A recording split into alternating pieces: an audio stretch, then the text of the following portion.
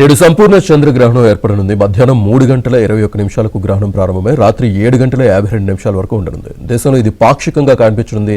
అయితే గ్రహణాన్ని వీక్షించేందుకు తెలుగు రాష్ట్రాల ప్రజలకు అవకాశం కలగనుంది. సాయంత్రం 6 గంటల 20 నిమిషాల నుంచి 6 గంటల 47 నిమిషాల వరకు, అంటే 27 నిమిషాల పాటు గ్రహణాన్ని చూసేందుకు అవకాశం ఉంది.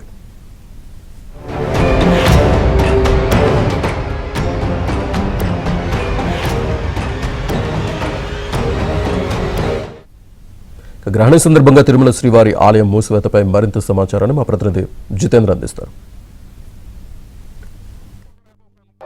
చంద్రగ్రహణం నేపథ్యంలో శ్రీవారి ఆలయ ద్వారాలు మూతపడ్డాయి. ఈ సాయంత్రం 3 గంటల 32 నిమిషాల నుంచి 6 గంటల 47 నిమిషాల వరకు కూడా గ్రహణ గడియలు ఉండడంతో 6 గంటల మునిపే ఆలయాన్ని మూసివేయాల్సి ఉండడంతో ఉదయం 9 గంటలకే టీటీడీ అధికారులు శ్రీవారి ఆలయ ద్వారాలను మూసివేశారు.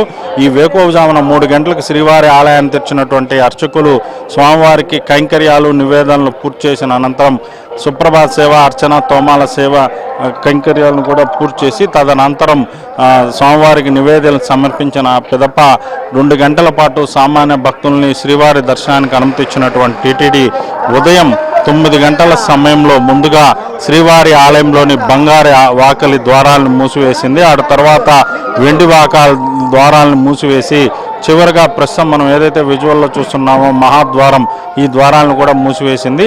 ప్రస్తుతం ఆలయంలో భద్రతా సిబ్బంది మినహా ఎవరు కూడా లేనటువంటి పరిస్థితి ఉంది. దాదాపు 12:30 గంటల పాటు టీటీడీ భక్తుల్ని దర్శనానికి కూడా నిలిపివేయనున్నది.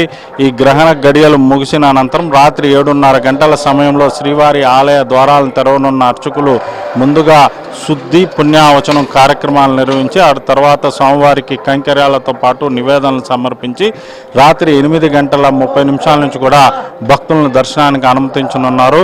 ఇప్పటికే టీటీడీ భక్తులకి దర్శనం లేదని చెప్పి కూడా ముందుగానే ప్రకటించి నిన్న రాత్రి నుంచే వైకుంఠం క్యూ కాంప్లెక్స్ను కూడా మూసివేసినటువంటి పరిస్థితి ఉంది.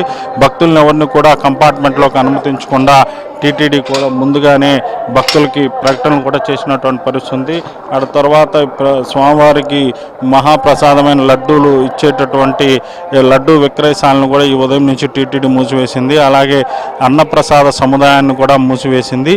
ఈ గ్రహణ గడియలు ముగిసిన అనంతరం రాత్రి 8:30 గంటల సమయంలో లడ్డు అన్నప్రసాద కేంద్రాలను కూడా తెరిచి శుద్ధి కార్యక్రమాలు నిర్వహించిన అనంతరం 9 గంటల నుంచి కూడా తిరిగి అన్నదాన వితరణను పునరుద్ధరించడంతో పాటు భక్తులకు లడ్డూలో పంపిణీ చేసేదానికి కూడా టీటీడీ ఏర్పాటు చేసింది. మొత్తానికి చూసుకుంటే 12:30 గంటల పాటు భక్తులకు స్వామివారి దర్శనం లేకుండా కూడా టీటీడీ ఆలయ ద్వారాలను మూసివేసినటువంటి పరిస్థితి ఉంది.